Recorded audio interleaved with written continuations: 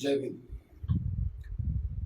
विश्वशांतीचे अग्रदूत महाकारुणिक भगवान गौतम बुद्ध, विश्वरत्न प्रज्ञा सूर्य परमपूज्य डॉक्टर बाबासाहेब आंबेडकर, सामाजिक क्रांतीचे अग्रदूत महात्मा ज्योतिराव फुले, क्रांतिज्योती सावित्रीबाई फुले आणि मानवतेसाठी आपले आयुष्य खर्ची घालणाऱ्या सर्व सुधारकांच्या पावन स्मृतीस अभिवादन करतो. मुंबई विद्यापीठ इतिहास अभ्यास मंडळाचे अध्यक्ष तथा मुंबई विद्यापीठ इतिहास व पुरातत्व विभाग प्रमुख डॉक्टर संदेश वाघ आणि संत गाडगेबाबा अमरावती विद्यापीठ इतिहास अभ्यास मंडळाचे अध्यक्ष आमचे मित्र डॉक्टर संतोष बनसोड यांच्या अविरत प्रयत्नातून आकारास आलेल्या आंबेडकराईट हिस्ट्री काँग्रेसच्या माध्यमातून फेसबुक लाईव्ह व्याख्यानमालेत आज मी डॉक्टर प्रदीप ढोले, इतिहास विभाग प्रमुख स्वर्गीय पंचफुलाबाई पावडे, कला व वाणिज्य महिला महाविद्यालय वरुड, जिल्हा अमरावती, आपणा सर्वांचे स्वागत करतो. डॉक्टर बाबासाहेब आंबेडकरांच्या 129व्या जयंतीचे औचित्य साधून आंबेडकराईट हिस्ट्री काँग्रेस व मुंबई विद्यापीठ इतिहास विभागाच्या वतीने डॉक्टर बाबासाहेब आंबेडकर यांचे कार्य, कर्तृत्व व तत्वज्ञानाचा प्रसार संपूर्ण जगभर व्हावा म्हणून फेसबुक लाईव्ह वेबिनारच्या माध्यमातून 365 व्याख्यानांची एक मालिका डॉक्टर संदेश वाघ व डॉक्टर संतोष बनसोड यांनी सुरू केल्याबद्दल सर्वप्रथम मी त्यांचे अभिनंदन करतो. आणि या व्याख्यानमालेत मला आमंत्रित करून एका विषयावर माझे मत मांडण्याची मला अनुमती दिल्याबद्दल मी त्यांचे आभारही व्यक्त करतो.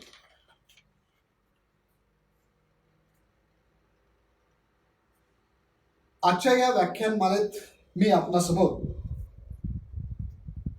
डॉक्टर बाबासाहेब आंबेडकर पूर्व दलित विदर्भातील दलित चळवळीचे शिलेदार या विषयावर माझे विचार मांडणार आहे. मित्रहो, 19सावे शतक हे भारतीय इतिहासाच्या दृष्टीने प्रबोधनाचे शतक मानले जाते. याच शतकातील महात्मा ज्योतिराव फुलेंच्या अस्पृश्योद्धार कार्यापासून महाराष्ट्रातही सामाजिक प्रबोधनाची सुरुवात झाली. त्यांच्या अस्पृश्योद्धार कार्याने हजारो वर्षापासूनच्या प्रस्थापित सनातनी हिंदू विचारसरणीला प्रचंड हादरे बसले आणि दलित, शोषित, पीडित, अस्पृश्य, शूद्रातिशूद्रांमध्ये स्वाभिमानाची व आत्मसन्मानाची जाणीव निर्माण झाली. हिंदू समाजाचे मरण जातीयवादातच आहे हे ओळखून महात्मा ज्योतिराव फुलेंनी स्वातंत्र्य, समता, बंधुभाव आणि मानवतावादाच्या पायावर आपला लढा उभारून जाती व्यवस्थेवर कठोर प्रहार केले. शूद्रातिशूद्रांना, पीडितांना, शोषितांना सवर्णांच्या वर्चस्वातून मुक्त करायचे असेल तर त्यांना शिक्षण दिले पाहिजे हे ओळखून महात्मा ज्योतिराव फुलेंनी महाराष्ट्रात सर्वप्रथम 1848 मध्ये पुण्यातील भिड्यांच्या वाड्यात महार चांभारांच्या मुलींसाठी पहिली शाळा सुरू केली. केवळ मुलींसाठीच नव्हे तर 1852 मध्ये महार चांभार धेड यांच्या मुलांसाठी सुद्धा शाळा सुरू करून शिक्षणाची सुरुवात केली. महात्मा ज्योतिराव फुलेंच्या या कार्यामुळे महाराष्ट्रामध्ये नवजागृतीला सुरुवात झाली. तत्कालीन परिस्थितीमध्ये प्रत्येकाच्या घरी पाण्याची मुबलकता असताना विहीर, हौद सर्व उपलब्ध असताना मात्र अस्पृश्यांना पाण्यासाठी 10 दिशा वन हिंडावे लागत. अशा परिस्थितीत महात्मा ज्योतिराव फुलेंनी 1868 मध्ये अस्पृश्यांसाठी आपल्या घरचा हौद आणि विहीर खुली करून दिली. मित्रांनो, 1873 मध्ये महात्मा ज्योतिराव फुलेंनी स्थापन केलेल्या सत्यशोधक समाजाने तर महाराष्ट्रामध्ये नवजागृतीच निर्माण केली. पुढे 1877 मध्ये पडलेल्या महाभयंकर दुष्काळात सुद्धा महात्मा ज्योतिराव फुलेंनी अस्पृश्यांच्या करिता व्हिक्टोरिया बालाश्रमाची स्थापना केली. हे अशा प्रकारचे महात्मा ज्योतिराव फुलेंचे कार्य सुरू असतानाच या कार्याचं लोन पश्चिम महाराष्ट्रातल्या काही तरुण सुशिक्षितांच्या जवळ गेलं आणि या पश्चिम महाराष्ट्रातील तरुण सुशिक्षितांच्या मनात अस्पृश्यांच्या सुधारणेकरिता विचार फिरू लागले. याच माध्यमातून पश्चिम महाराष्ट्रामध्ये विठ्ठलरामजी शिंदे, शिवराम जानबा कांबळे, गोपाळबाबा वलनकर यासारख्या तरुणांनी अस्पृश्यांना संघटित करून त्यांच्यात जाणीव जागृती निर्माण करण्याचा प्रयत्न चालविला आणि अस्पृश्यांनी सुद्धा हे परिवर्तन स्वीकारून आपल्या सुधारणेच्या चळवळीला गती दिल्याचे दिसून येते.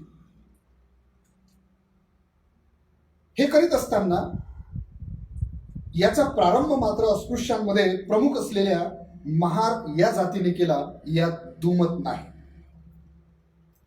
पश्चिम महाराष्ट्रातील अस्पृश्योद्धार चळवळीचे लोन विदर्भात सुद्धा येऊन पोहोचले. 19व्या शतकाच्या शेवटच्या दशकात विदर्भातील म्हणजे त्यावेळेचा मध्य प्रांत आणि वऱ्हाड प्रांत नवीन पिढीतील काही सुधारक मंडळींनी महार समाजाच्या संघटनांची मुहूर्तमेढ रोवली.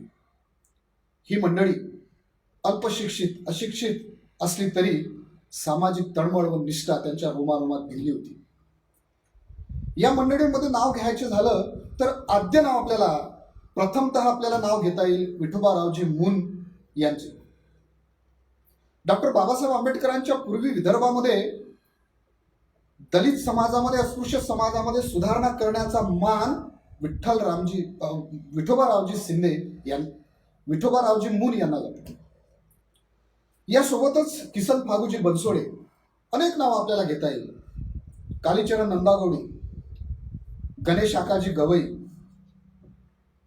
कर्णूजी विठ्ठल मालगुजार, गणेश सावकार, मुकुंदा सेट्टे, रेवाराम कवाडे. स्त्रियांमध्ये जाईबाई चौधरी, गंगाराम मठाजी ठवरे, संपतराव गणपतराव नाईक, जानूजी कचरूजी खंडारे, विठ्ठल दशरथ मकेसर, अशी कितीतरी नावे आपल्याला घेता येईल की ज्या नेत्यांनी, ज्या तरुणांनी, ज्या मंडळींनी डॉक्टर बाबासाहेब आंबेडकरांच्या पूर्वी विदर्भामध्ये अस्पृश्य दलित समाजाच्या सुधारणेलाच नव्हे तर त्यांच्यामध्ये जाणीव जागृती निर्माण करण्याचा प्रयत्न चालवला. दलित समाजातील या नेत्यांनी, कार्यकर्त्यांनी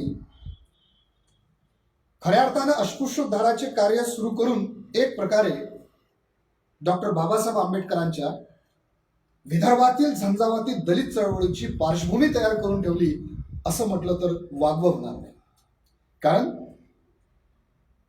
की या पार्श्वभूमीवरच डॉक्टर बाबासाहेब आंबेडकरांनी 1920 ते 1956 पर्यंत अतिशय मोठ्या प्रमाणात विदर्भामध्ये दलितोद्धाराच्या कार्याला सुरुवात केलेली नव्हे, त्याचा उत्तरोत्तर विकास केलेला आपल्याला दिसून येतो. आणि म्हणूनच डॉक्टर बाबासाहेब आंबेडकरांपूर्वी विदर्भातील दलित चळवळीला एक वेगळं महत्व आहे. विदर्भातील दलित चळवळीचे परीक्षण करीत असताना आपल्या स्पष्टपणे असे निदर्शनास येते की ज्याप्रमाणे पश्चिम महाराष्ट्रामध्ये अस्पृश्य दलित वर्गामध्ये सुधारणेसाठी जर सुरुवात कोणी केली असेल तर अस्पृश्यांमधील महार समाजाने केली, त्याचप्रमाणे विदर्भात सुद्धा दलित चळवळीचे नेतृत्व दलित वर्गातील महार जातीतील मंडळींनीच केले. डॉक्टर बाबासाहेब आंबेडकरांच्या पूर्वी विदर्भातील दलित चळवळीला आकार येत असताना महार जातीतील या मंडळींनी दलितोद्धारासाठी केवळ आपल्या जातीतील वाईट प्रथा समाजात सुधारणा करण्याचा प्रयत्न केला असेल, तरी पण नंतर मात्र 1920 पासून डॉक्टर बाबासाहेब आंबेडकरांच्या पदस्पर्शाने विदर्भातील दलित चळवळ मोठी अधिक व्यापक झालेली आपल्याला दिसून येते. भारतीय समाज व्यवस्थेमध्ये ही जी दलित चळवळ निर्माण झाली, याचं कारण जर कुठे असेल तर शतकानुशतकापासून हिंदू धर्मात प्रचलित असलेली विषमता व जातीयवादाची भावना यात आपल्याला दिसून येते. आणि म्हणूनच डॉक्टर बाबासाहेब आंबेडकरांनी हिंदू धर्माच्या या चातुर्वर्ण जाती व्यवस्थेवर टीका टिप्पणी करताना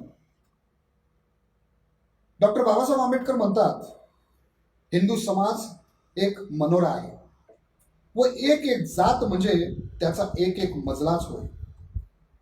पण लक्षात ठेवण्यासारखी गोष्ट ही आहे की या मनोऱ्यास शिडी नाही आणि म्हणून एका मजल्यावरून दुसऱ्या मजल्यावर जाण्यास मार्ग नाही. ज्या मजल्यात ज्यांनी जन्मावे त्याच मजल्यात त्यांनी मरावे. खालच्या मजल्यातला इसम मग तो कितीही लायक असो, त्याला वरच्या मजल्यावर प्रवेश नाही व वरच्या मजल्यातला माणूस मग तो कितीही नालायक असो, त्याला खालच्या मजल्यात लोटून देण्याची कोणतीच प्रथा नाही. हिंदू समाजाने अस्पृश्यांवर जी सामाजिक, आर्थिक, राजकीय व धार्मिक गुलामगिरी लादली, त्यामुळे त्यांच्या विकासाची वाढ खंडित झाली. ब्राह्मणी धर्मग्रंथ व धर्मशास्त्रांनी अस्पृश्यांना पशुच्या कोटीतील जीवन जगण्यास भाग पाडले. ब्राह्मणांनी किंवा ब्राह्मण धर्मशास्त्रांच्या या आहारी गेलेल्या समाजाने अस्पृश्यांना एक प्रकारे पायदळीत उडवले. परंतु इंग्रजी सत्ता भारतात प्रस्थापित होताच हिंदू समाजापासून दूर गेलेल्या या अस्पृश्य समाजाकडे इंग्रजांचं लक्ष गेलं आणि इंग्रजांनी या समाजाला आपल्या पदरी ठेवण्यास सुरुवात केली. आता इंग्रजांकडे नोकरी करीत असताना इंग्रजांच्या राहणीमानाचा प्रभाव अस्पृश्य वर्गावरही पडला आणि तेव्हापासून अस्पृश्य समाजामध्ये टापटीपणा, स्वच्छता सुरुवात झाली. हिंदू समाज व्यवस्थेमुळे वंचित राहिलेले अस्पृश्यतेचे तेज व शौर्य इंग्रजी सहकार्यामुळे दाखवण्याची नामी संधी अस्पृश्यांना मिळाली आणि या संधीचे सोने करून त्यांनी समस्त हिंदू समाजाला आपल्या पराक्रमाची व शौर्याची चुणूक दाखविली. याचे ज्वलंत उदाहरण म्हणजे अर्काटचा लढा, भीमा कोरेगावची जगप्रसिद्ध लढाई. इंग्रजी सत्तेच्या स्थापनेबरोबरच इंग्रजांच्या सत्तेमागचा आणखी एक उद्देश जो इंग्रजी मिशनऱ्यांनी या भारतीय समाजामध्ये सुरू केला आणि तो म्हणजे ख्रिश्चन धर्माचा प्रसार. ख्रिश्चन धर्माच्या प्रसाराच्या माध्यमातूनच काही ख्रिश्चन मिशनरींनी गावागावामध्ये अस्पृश्यांच्या शेजारी शाळा सुरू केल्या आणि या शाळेतून अस्पृश्यांना शिक्षण देण्यास सुरुवात केली. याचाच फायदा घेऊन 19व्या शतकाच्या उत्तरार्धात महार समाजाच्या नवीन पिढीतील काही मोजके लोक इंग्रजी शिक्षण घेऊन तयार झाले. पण त्यांच्या पदोपदी अनुभवास येत असलेली अस्पृश्यतेची सामाजिक, आर्थिक, धार्मिक गुलामगिरी त्यांच्या विचारांना बेचैन करीत होती. त्यांनी जुन्या पिढीतील महार पंचायतीचे पुढारी व सेट्टे यांच्या सहकार्याने 20व्या शतकाच्या सुरुवातीला म्हणजे डॉक्टर बाबासाहेब आंबेडकरांच्या पूर्वी समाजात सुधारणेच्या चळवळीचा श्री गणेशा केला.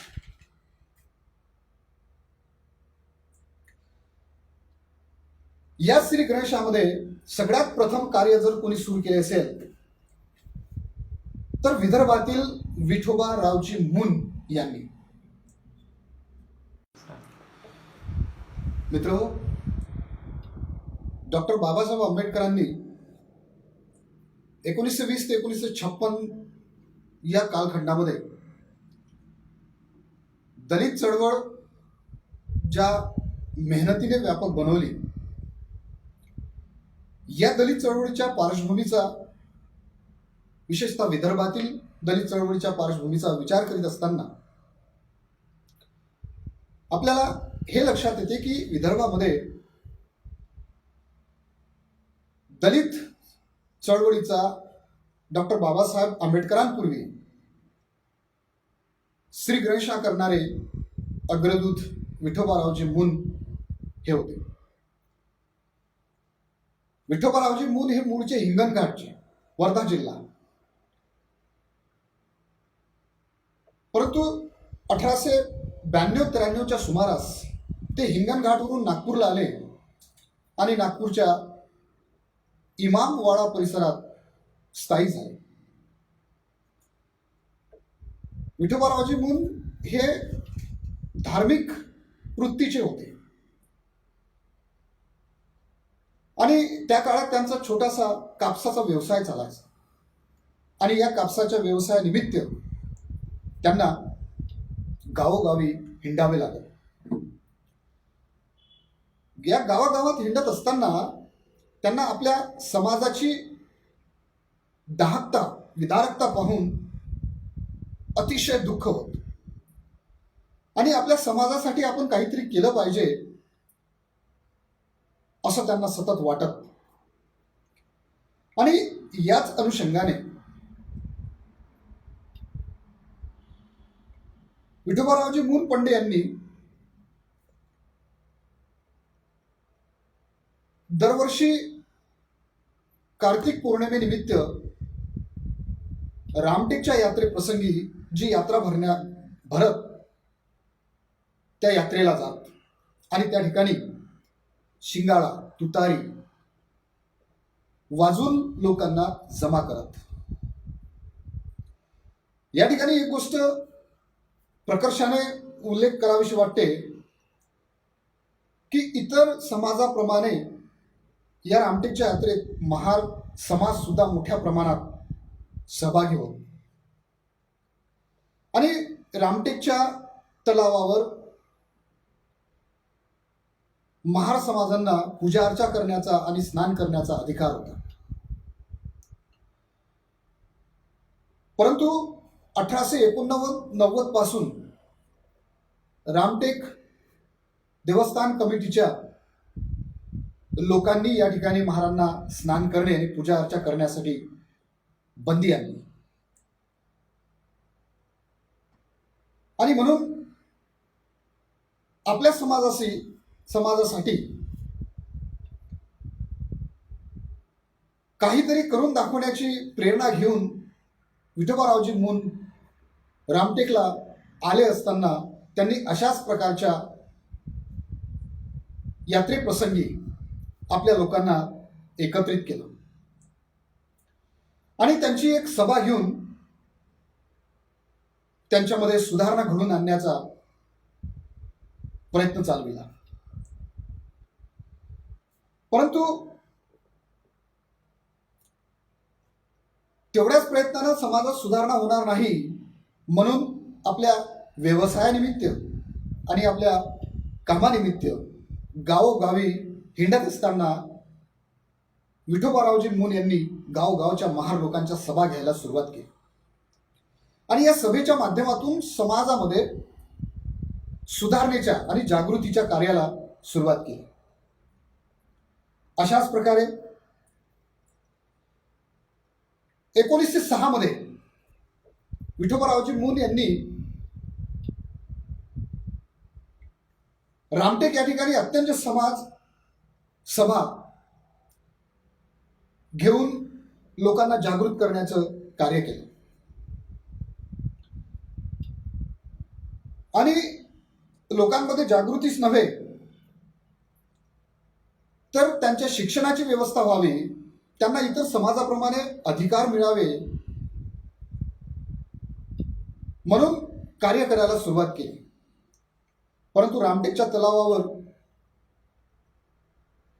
अंबाळा घाटावर अस्पृश्य वर्गाला जो अधिकार होता तो हिरावून घेतल्यामुळे विठोबारावजी मून यांनी गावोगावच्या महार मंडळींची एक भजनी मंडळी नागपूरला आमंत्रित केली आणि या भजनी मंडळीचा मोर्चा नागपूरच्या रघुजी भोसलेंच्या राजमहालावर गेला. यावेळेस रघुजी भोसले नुकतेच बिमारीतून बरे झाले होते. राजमहालावर मोर्चा नेला असताना रघुजी भोसले बाहेर आले आणि त्यांनी विठोबांना विचारले. तेव्हा विठोबांनी रघुजी भोसलेंना अतिशय समर्पक असं उत्तर दिलं. महाराज, आपण आजारी पडलात माहिती झाल्यानंतर आम्ही अस्पृश्य वर्गातील लोकांनी परमेश्वराला प्रार्थना करून महाराजांच्या सुधारणेसाठी, दुरुस्तीसाठी, त्यांच्या तब्येतीत सुधारणा होण्यासाठी प्रार्थना केली आणि त्या प्रार्थनेनिमित्त आम्ही आपले दर्शन घेण्यासाठी या ठिकाणी हजर झालो. विठोबांच्या या वक्तव्यावर रघुजी भोसले खुश होऊन त्यांनी रघुजी भोसलेंना काय पाहिजे म्हणून अशा प्रकारचा सवाल केला. त्यावर रघुजी भोसलेंनी, महाराज, मला काही नको, पण माझ्या समाजाच्या लोकांना रामटेकच्या अंबाळा तलावावर स्नान करण्याची, पूजा अर्चा करण्याची अनुमती मिळावी. इतके बोलताच रघुजी भोसलेंनी विठोबांची मागणी मान्य केली. कारण रामटेकच्या देवस्थान कमिटीचे मालक रघुजी भोसले होते आणि संपूर्ण कमिटीवर त्यांचा अधिकार चालत. विठोबांच्या या कर्तृत्वानं, कार्यानं रघुजी भोसलेंनी 1903 मध्ये रामटेकच्या तलावावर महाराजांना स्नान करण्याची आणि पूजा अर्चा करण्याची अधिकार, हक्क प्राप्त करून दिले. ही घटना मित्र तत्कालिक परिस्थितीमध्ये अतिशय महत्वाची होती. कारण या घटनेमुळे या वर्गावर त्याचा मोठा परिणाम घडून आला आणि गावागावामध्ये अशा प्रकारची जाणीव जागृती निर्माण होऊ लागली. विठोबारावजी मून पंडे इतकं करूनच थांबले नाही, तर रामटेकच्या तलावावर गायमुखाजवळ घाट बांधण्याची परवानगी मिळाली, पण या गायमुखावर रामटेकच्या सावकाराचा अधिकार चालत आणि म्हणून तेथे घाट बांधण्यासाठी त्या सावकाराने बंदी घातली. म्हणून विठोबारावजी मून पंडे यांनी आपल्या समाजाच्या लोकांना तेथे पूजा अर्चा करता यावी, स्नान करता यावं म्हणून स्वतः जवळचे 100 रुपये देऊन या सावकाराकडून ही जमीन खरेदी करून घेतली. त्यावेळेच्या प्राप्त परिस्थितीमध्ये स्वतः जवळचे 100 रुपये खर्च करून समाजाच्या लोकांसाठी हा अधिकार प्राप्त करून देणे हे अत्यंत उल्लेखनीय ठरते. यानंतरही विठोबारावजी मून आपल्या समाजाच्या लोकांसाठी अविरत झटत राहिले. अस्पृश्य वर्गातील, महार समाजातील मुला मुलींना शिक्षण मिळावं आणि त्यांच्या सुधारणा व्हावी म्हणून पुढे 1912 मध्ये 18 डिसेंबर 1912 मध्ये नागपूरला विठोबारावजी मून यांनी महाराजांची एक मोठी सभा घेतली आणि या सभेमध्ये सर्वांगीण चर्चा करून महार समाजाच्या सुधारणेकरिता आवश्यक ती पूर्ण योजनाही तयार केली.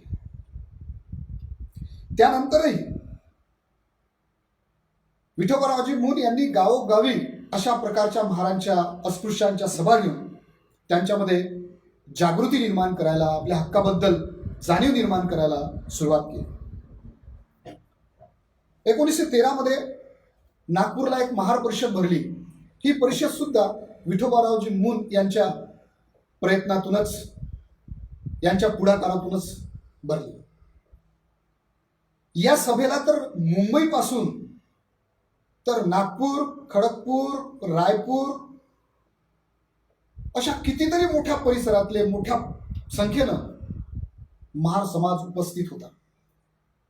आणि या सभेमध्ये जे निर्णय झालेत, जे ठराव पास झालेत, याचा संदेश घेऊन ही मंडळी आपापल्या परिसरात गेली आणि आपापल्या परिसरात सुद्धा त्याप्रमाणे या वर्गामध्ये, आपल्या वर्गामध्ये, आपल्या समाजामध्ये जाणीव जागृती निर्माण करायला त्यांनी सुरुवात केली. विदर्भातील विठोबारावजी मून यांच्या कार्याचा प्रभाव केवळ विदर्भातच नव्हे तर संपूर्ण महाराष्ट्रात पडला. आणि म्हणूनच त्यांनी विदर्भामध्ये ज्या सभा घेतल्या त्या बऱ्याचशा सभेला मुंबईपासून या समाजातील कार्यकर्ते उपस्थित असलेले आपल्याला दिसून येतात. मित्रहो, केवळ विठोबारावजी मून यांचे कार्य आणि त्यासोबतच किसन फागूजी बनसोडे हे सुद्धा दुसरं नाव असं आहे की ज्या व्यक्तीने, ज्या नेत्याने, ज्या कार्यकर्त्याने विदर्भातील दलित समाजामध्ये मोठ्या प्रमाणात जागृती घडवून आणली. नागपूर जिल्ह्यातील मोहोपा या ठिकाणी जन्म झालेल्या किसन फागूजी बनसोडे हे त्यावेळेचे नॉर्मल स्कूल ट्रेड म्हणून एक इंग्रजांची सत्ता असताना अशा मागासलेल्या वर्गातला, दलित वर्गातला शिकलेला एक व्यक्ती, त्यांनी ठरवलं असतं तर इंग्रजांच्या पदरी, इंग्रजांच्या कडे त्यांना मोठ्या पगाराची नोकरी मिळाली असती. पण किसन फागूजी बनसोडे यांनी अशा प्रकारची नोकरी न स्वीकारता आपल्या समाज बांधवांच्या भल्याकरिता, सुधारणेकरिता, विकासाकरिता आपलं संपूर्ण आयुष्य खर्ची घातलं. आणि म्हणूनच विठोबारावजी मून यांच्या बरोबरच किसन फागूजी बनसोडे यांचं सुद्धा नाव डॉक्टर बाबासाहेब आंबेडकर पूर्व दलित चळवळीमध्ये, दलित चळवळीची पार्श्वभूमी तयार करण्यास अग्रक्रमाने घेणे अगत्याचे ठरते.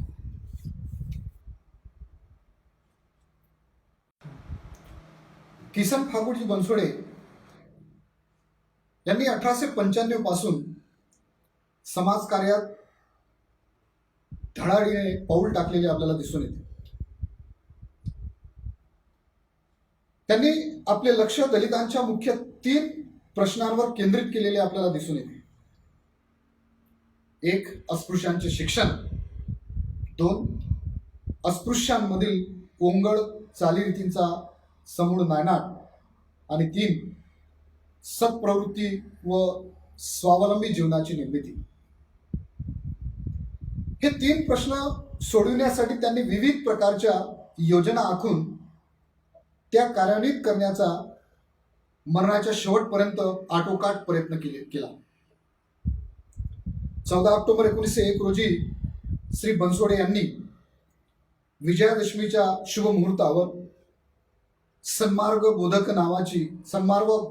बोधक अस्पृश्य समाज नावाची एक संस्था नागपूर येथे स्थापन केली आणि या संस्थेचे कार्य संपूर्ण महाराष्ट्रभर पसरविले.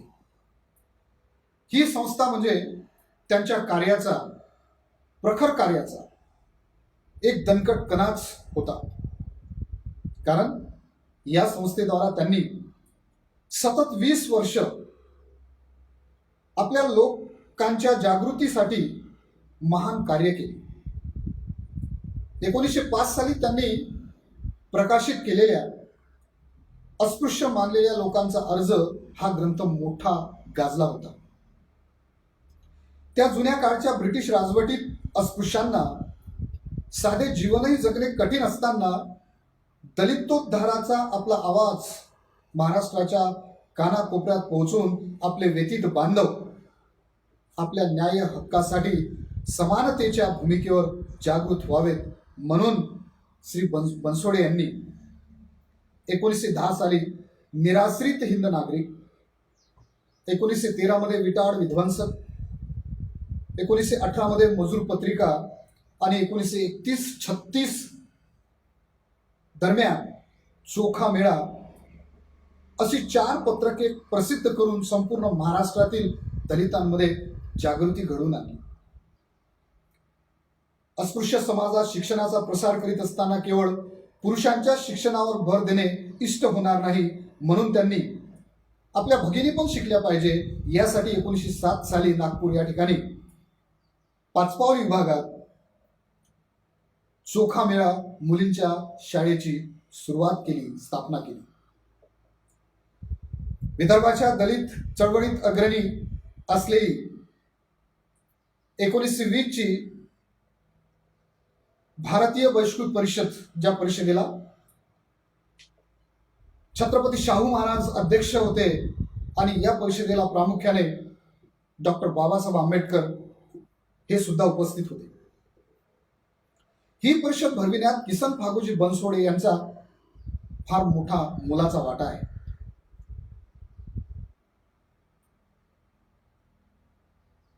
यासोबतच त्यांनी त्या काळामध्ये महाराष्ट्रात अत्यंत नावाजलेल्या काही वृत्तपत्रांमध्ये सुद्धा आपल्या समाज बांधवांच्या स्थितीबद्दल लेख देऊन मोठी जागृती घडवून आणली. ज्ञानप्रकाश, सकाळ, सुबोध पत्रिका, काळ, केसरी, राष्ट्रवीर, महाराष्ट्र, मुमुक्षु, मुंबई वैभव अशा कितीतरी वर्तमानपत्रांमध्ये आपल्या समाजाची दाहकता मांडून लोकजागृती, समाज जागृती करण्याचा प्रयत्न केला.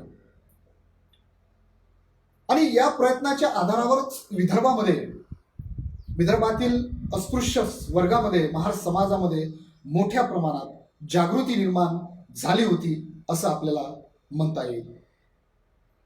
आणि म्हणूनच 1920 पासून डॉक्टर बाबासाहेब आंबेडकरांनी विदर्भात दलित जागृतीचा जो झंझावात सुरू केला, त्या झंझावाताची पार्श्वभूमी, त्या झंझावातासाठी अत्यंत तेजस्वी व प्रभावी अशी भूमी, वातावरण, परिस्थिती निर्माण करण्याचं श्रेय ज्याप्रमाणे विठोबारावजी मून यांना जाते, त्याचप्रमाणे किसन फागोजी बनसोडे यांना सुद्धा जाते. या दोन नेत्यांच्या व्यतिरिक्त विदर्भामध्ये मोठ्या प्रमाणात दलित उद्धारासाठी कार्य केलेले, मी पूर्वी उल्लेख केल्याप्रमाणे कालीचरण नंदागौडी, गणेश आकाजी गवई, गंगाराम मठाजी ठवरे, रेवाराम कवाडे अशा कितीतरी, जाईबाई चौधरी, अशा कितीतरी नावांनी, अशा कितीतरी नेत्यांनी आपल्या कार्याने या समाजामध्ये, विदर्भातील दलित समाजामध्ये जागृती निर्माण करून ठेवली असं म्हणावं लागतं. आणि म्हणूनच डॉक्टर बाबासाहेब आंबेडकरांच्या स्पर्शाने व्यापक झालेली दलित चळवळ, या चळवळीचा पाया दलित वर्गातील, अस्पृश्य वर्गातील, महार समाजातील विठोबारावजी मून असो, किसन फागोजी बनसोडे असो, कालीचरण नंदागौडी असो, गणेश आकाजी गवई असो, रेवाराम कवाडे, गंगाराम मठाजी ठवरे, जाईबाई चौधरी, कर्णोजी विठ्ठल मालगुजार, गोमा गणेश सावकार अशा कित्येक मंडळींनी ही भूमी तयार करून ठेवली होती. आणि म्हणूनच विदर्भाच्या दलित चळवळीचा अभ्यास करत असताना डॉक्टर बाबासाहेब आंबेडकर पूर्व विदर्भामध्ये सुरू झालेल्या दलित चळवळीला तितकंच महत्व प्राप्त होते जेवढं महत्व बाबासाहेबांच्या नेतृत्वात दलित चळवळीला आहे. दलित चळवळी, बाबासाहेबांच्या नेतृत्वामध्ये दलित चळवळ मोठ्या प्रमाणात व्यापक बनली. विदर्भातील डॉक्टर आंबेडकर पूर्व महार समाजातील या मंडळींनी जी दलित चळवळ सुरू केली तिचं स्वरूप मर्यादित होतं,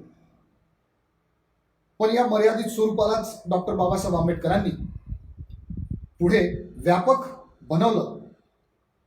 डॉक्टर बाबासाहेब आंबेडकरांच्या या कार्याला जगामध्ये तोड नाही. पण तरीही विदर्भातील दलित चळवळीमध्ये डॉक्टर बाबासाहेब आंबेडकरांपूर्व दलितांमध्ये जाणीव जागृती निर्माण करण्याचं फार मोठं कार्य या मंडळींनी केले असं म्हणता येईल. मित्रहो,